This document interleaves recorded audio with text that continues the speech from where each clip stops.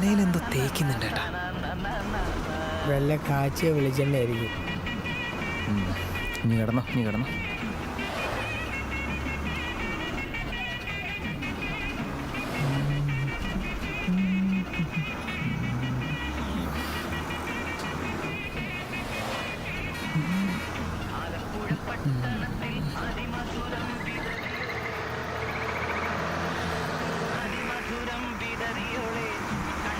ഐഷ, ഐഷ, വാ. അയ്യോ, രണ്ടാം പറ്റി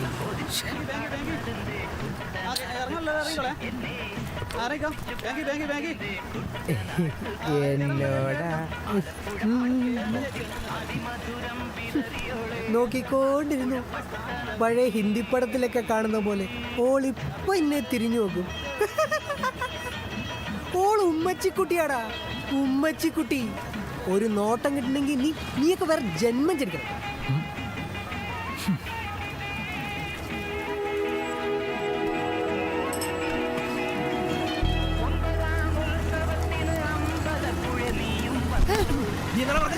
ഉമ്മച്ചിക്കുട്ടിയാണ്. ഓള് തിരിഞ്ഞു നോക്കില്ല, ഓള് തിരിഞ്ഞു നോക്കടാ, എന്നെ തിരിഞ്ഞു നോക്കടാ. ഓളമ്മച്ചിക്കുട്ടിയാണ്. ഞാൻ നായറാ. നീ നായരാനും ഞാൻ എന്ത് ചെയ്യാനാടാ?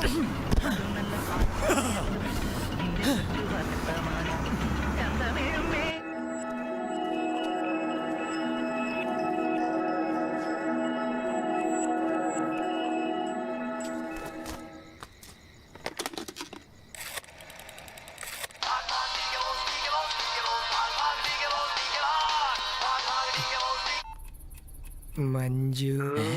മഞ്ജുവാ? അപ്പൊ ചിഞ്ചു നിഞ്ഞ് വിട്ടാ? ഓ മിസ്റ്റർ നായർ, നിങ്ങൾ വിളിക്കണ ഈ പാവം സബ്സ്ക്രൈബർ എന്റെ മയ്യത്തെടുക്കണവരെ നിലവിലിടാ തെണ്ടി. എടഞ്ഞ് ചൂടാവല്ലേ, ഞാനൊരൊറ്റ കാര്യം അറിയാൻ വേണ്ടി വിളിച്ചാന്ന്. എന്താ? ആ അബ്ദുൽ ഖാദറിന്റെ വീട്ടുമതില് കുപ്പിച്ചില്ലണ്ടാ? നീ എന്ത് ചെയ്യാൻ പോവാ?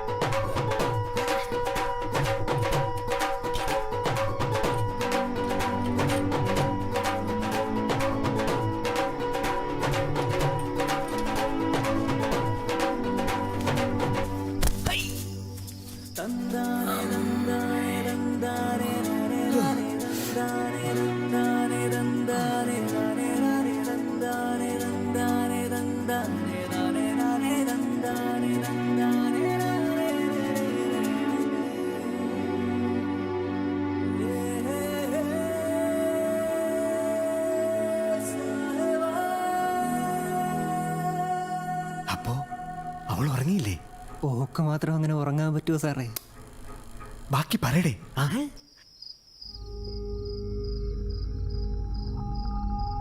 ഐഷ, ഐഷ,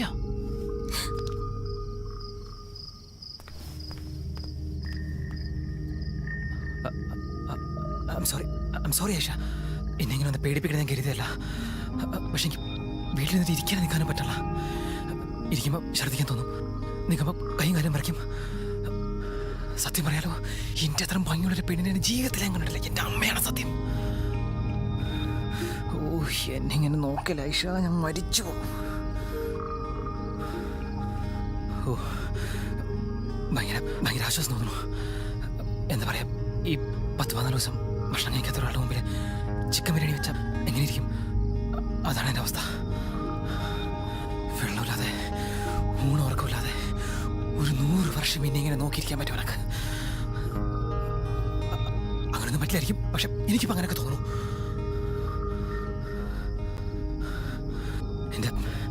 എൻ്റെ വീട്ടുകാരും നിന്നെ തല്ലുന്നതിന് മുമ്പ് ഞാൻ പറയാം.